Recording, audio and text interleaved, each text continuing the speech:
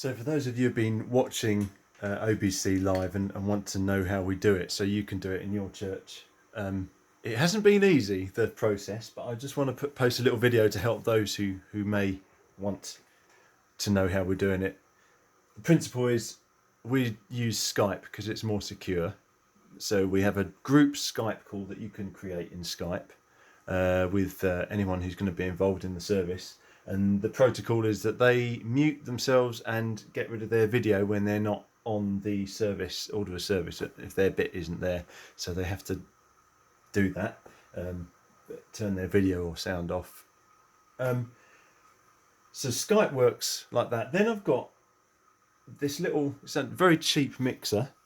It's a little Behringer, very, very cheap. It's not more than 50 quid. And it's got a USB out, as you can see. And the USB goes into the Skype computer. And that's how we get the sound out of this computer. I suppose we could just put a mini jack, if you've got a normal mixer, mini jack into, into a mixer instead of the USB, because that can get a bit complicated, and you have to make sure the output of the piece of your computer is seeing the sound card, or this is the sound card effectively, sees the mixer. So the source for everyone is here, and the audio goes into the mixer. But then there's a little bit of gear which is something we invested in. It's quite a bit of money, maybe about £400. It's called a blackmagic webcaster, and it's this little box here, and it's got two inputs. You can change the input. So the second input, I've got the iPad to show the music going via one of these into the second input. It's not plugged in at the moment. So we get to the music part of it, the words. The iPad using OnSong, because OnSong you can fit the words and the chords as well, so people can play along if they're a musician. But also you can make sure that the words fit into one page, because you don't want to be. But if you do have to scroll down to get to the next page for the words, because it's plugged in, that will show up on the screen. I hope I'm making sense here. So the main bit of equipment here, let's see if I can change the camera. I can't, can I? Oh well, is OBS. I don't know if you can see that. I don't know whether I'm showing it to you. It's this bit of software called OBS. OBS Studio. If you just type that into Google, it's a free program, and you have to get to know how to use it. But basically, it has different scenes that you can jump between. If you look there, so you've got a slate. So if we go to 1, you can see above, the slate is what goes out before anyone comes live. It's useful to have a slate so people know that things are working. And number 2, you can make these so they hotkey on your keyboard. So number 2 is Martin and John. So that is OBS. I've chosen the webcam on my Apple here, and as that input. And as that input is the input of the Blackmagic box, which is receiving that, or the iPad, depending on what. So you can make up these things. You can click and move them around on you can make up a setup here on OBS. So yeah, you can have 2 boxes, and in the background I've got the picture of the church when it's empty. Number 3, so I've done a box here of. It's rotated round the other way, because in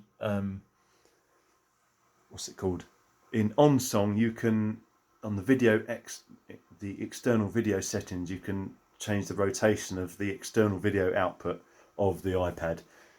So I've made that so it rotates, so you get better definition, because I tried it the other way and it's a little bit blurry. So you get full definition of the output of the iPad.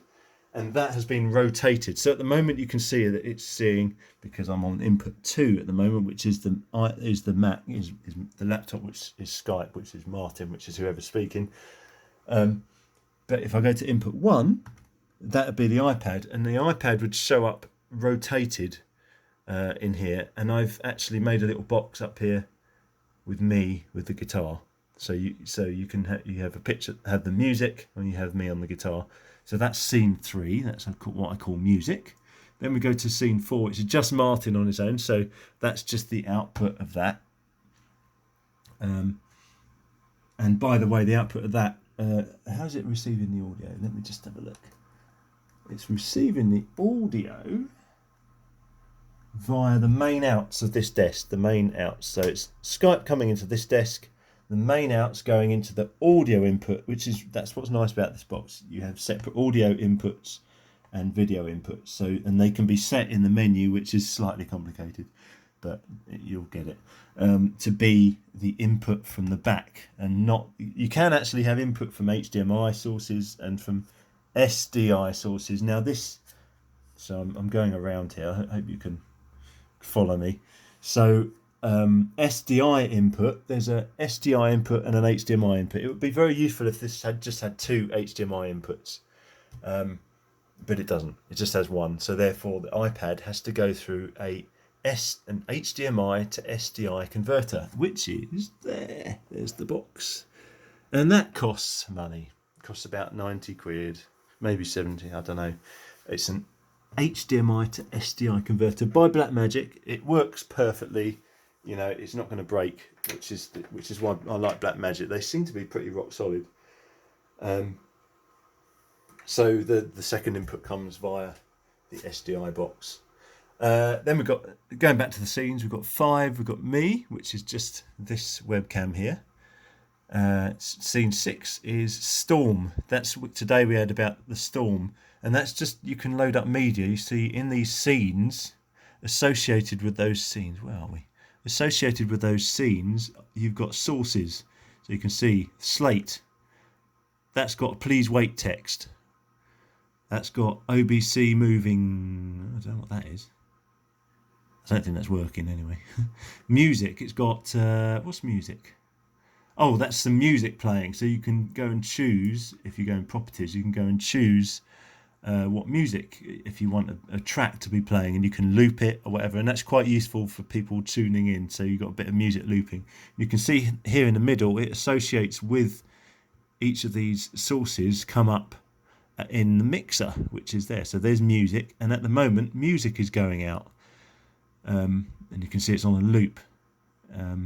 So there we are, and it's copyright free music from AKO Music, which me and my friend John Verinder did in Nashville. So just a little plug for that. OBC Slate is that picture there, which tells you how to tune in. It's the generic one that we made before all this started kicking off. And then we've got iPad, just full iPad, which is useful for playing, which we played little inserts, little videos. So really, the iPad, I lined up the video that we had to play on the iPad and played it, and I got the audio from the iPad going into another channel on the mixer here.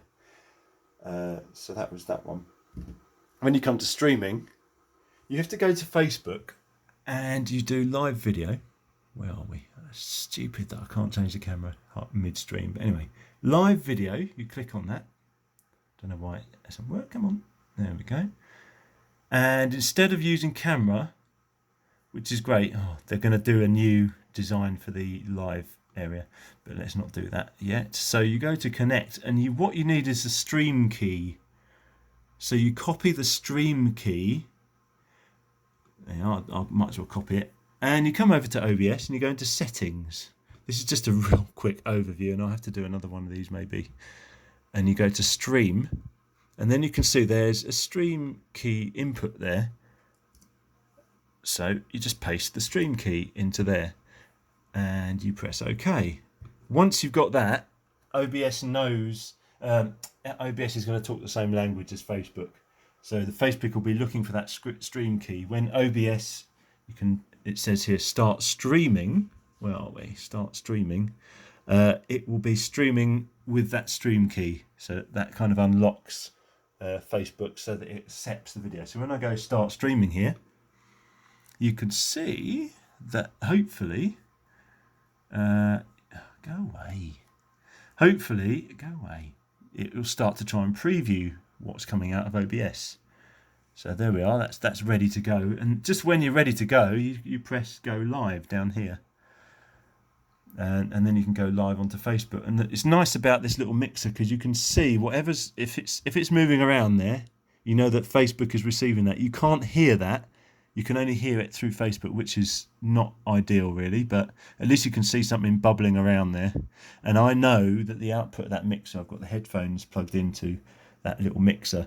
I know that if I'm hearing from that mixer's turning up on this desk as desktop audio, which is because I've set the computer up to receive audio via this, which is receiving this. So I hope I'm not being confusing here.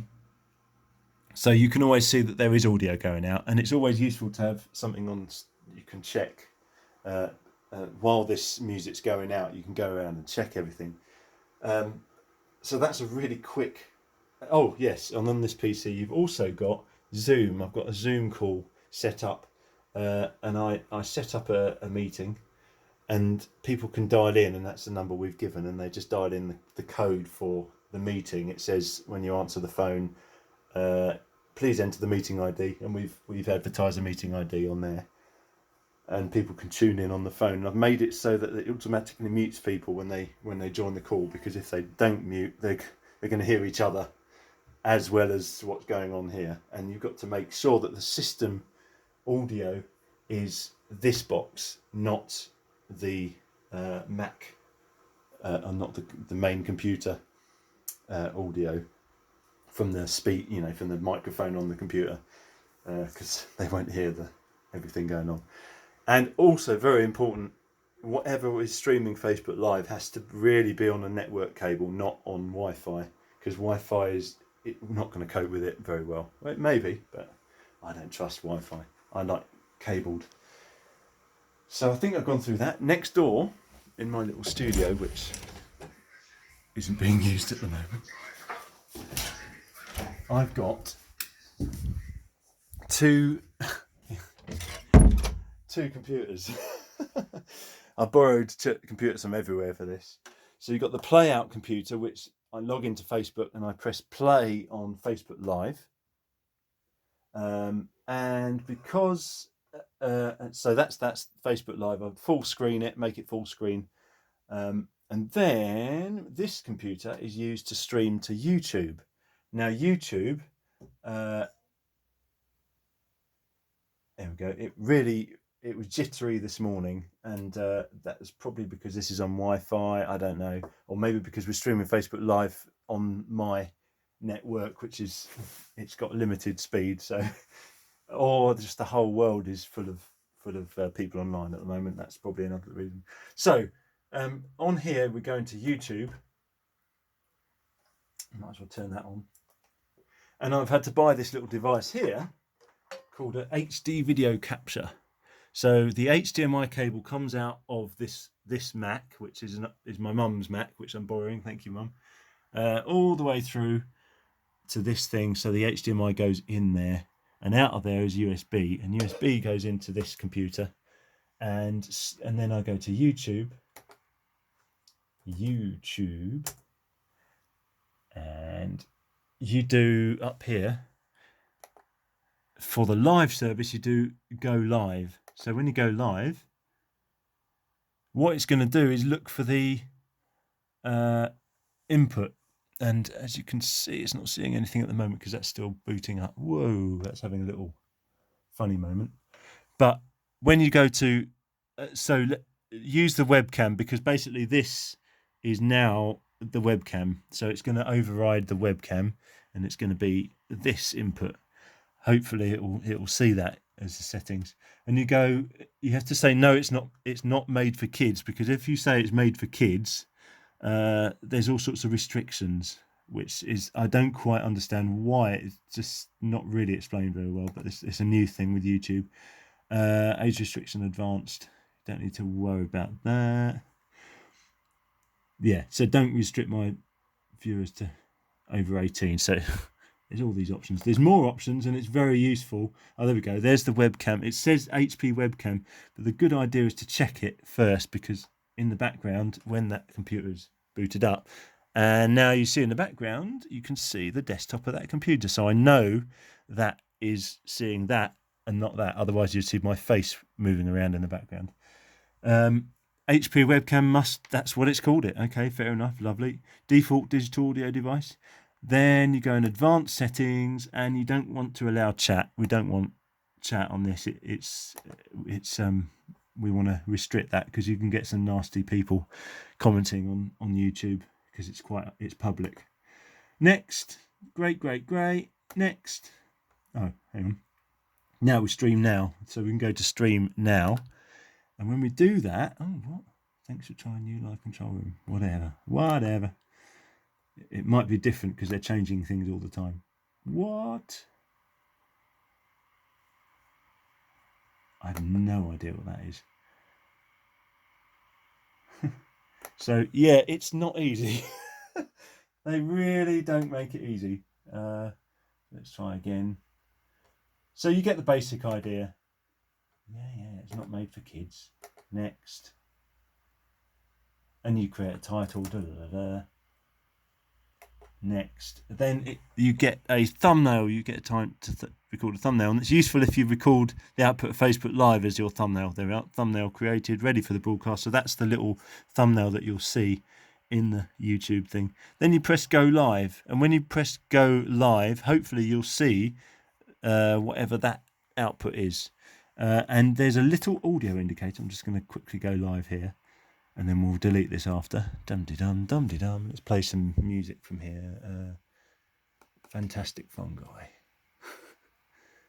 Because he's a fun guy. There we go. There's that thing going. And we've got a little bit of audio you can see indicated down there. Where is it? There we are. You can see a little green dot. So audio's going through. And it's not my voice. It's not my voice. It's definitely getting the audio from that thing. And you've got to make sure in this PC that the output is the output is this thing. So not internal speakers. You want it to be whatever that thing is, whatever video capture, whatever it calls that. And oh dear, I'm streaming this. Then so you end stream. At the end of the stream. So the best thing to do is go and listen to this thing on another phone somewhere. Make sure you're hearing it, seeing it. And let's end that. And I'm going to delete that because that's someone else's film. I don't want to be streaming someone else's film because that's illegal. So that's the basics. And hopefully I'll do a better video later. But I just wanted to show those people who just don't know what to do.